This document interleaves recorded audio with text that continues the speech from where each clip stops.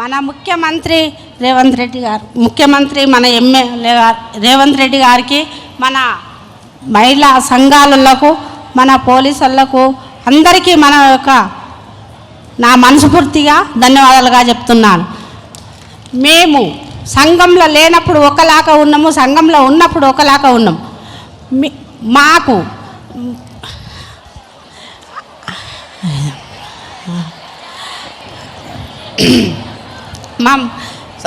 మాకేముందంటే మా 60-70 సంఘాలు ఉండే సార్. మా ఊళ్ళో 70 సంఘాలకు గ్రామ సంఘం బిల్డింగ్. నీ పేరేమో అన్నావు, మళ్ళీ చెప్తాలి. పద్మమ్మ సార్. పద్మమ్మ ఏ ఊరు? పోలేపల్లి సార్. పోలేపల్లి ఏది మన గుడి?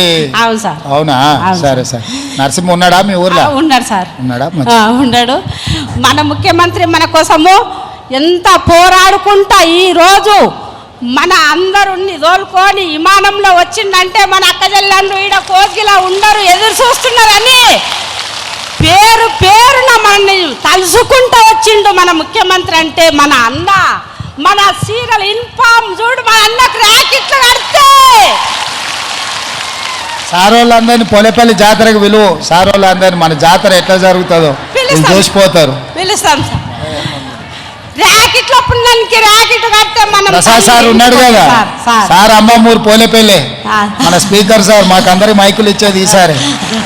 మాట్లాడి మాకొక్కటి మా ఊరికి గ్రామ సంఘం బిల్డింగ్ ఒకటి శాంక్షన్ చేయండి సార్. మాకు చాలా ఇబ్బంది ఉంది, జాతర ఉంది కాబట్టి మాకు పెట్టుకునికే బిల్డింగ్ లేదు సార్. కదా ఒకటి సాయం చేస్తే మీకు రుణపడి సిఎస్ గారు సార్ రాసుకోండి అమ్మా. పోలేపల్లి ఇప్పుడు తౌలతా దీంట్లో దుద్యాలకు వచ్చిందా మండలం? కోస్గిలకు ఉందా? దుద్యాలకు వచ్చింది కదా బొమ్మరాజ్పేటలో. అవును సార్. పోలేపల్లి దుద్యాల మండలం, కొత్త మండలంలో ఆ గ్రామం రాసుకోండి, వాళ్ళకి కావాల్సింది ఇవ్వండి. ఇస్తామ్మా, చెప్పిన ఆదేశాలు ఇచ్చిన. మంచిది సార్, అందరికీ ధన్యవాదాలు. మంచిది. ఇంకేం మాట్లాడుతా అంటే కదా అయిపోయిందా? అడిగింది ఇచ్చినాం కదా, ఇంకేముంది హనుమంతరావు గారు?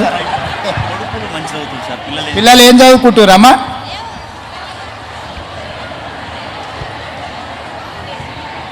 ఎంతమంది కొడుకులు? పిల్లలు ఎంతమంది మొత్తం?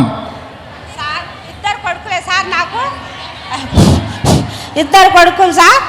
ఒక కొడుకు, పెద్ద కొడుకు ఇంజనీర్ సార్, చిన్న కొడుకేమో డాక్టర్గా చదువుతున్నాడు హైదరాబాద్లో, లోకల్ హాస్పిటల్లో సార్.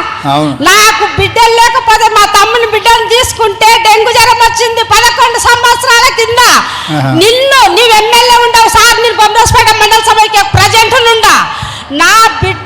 నీతోనికి పుర్రపెంట పని, పోలేపల్లి పుర్రపెంట పని తోలుకొని వస్తే నాకు ఛాయ రాపి గాంధీ హాస్పిటల్కి నీవు ఒక ఫోన్ చేస్తే 20 దినాలు ఉండాలంటే రేపు వరకు నా బిడ్డను తోలిచ్చిండ్రు.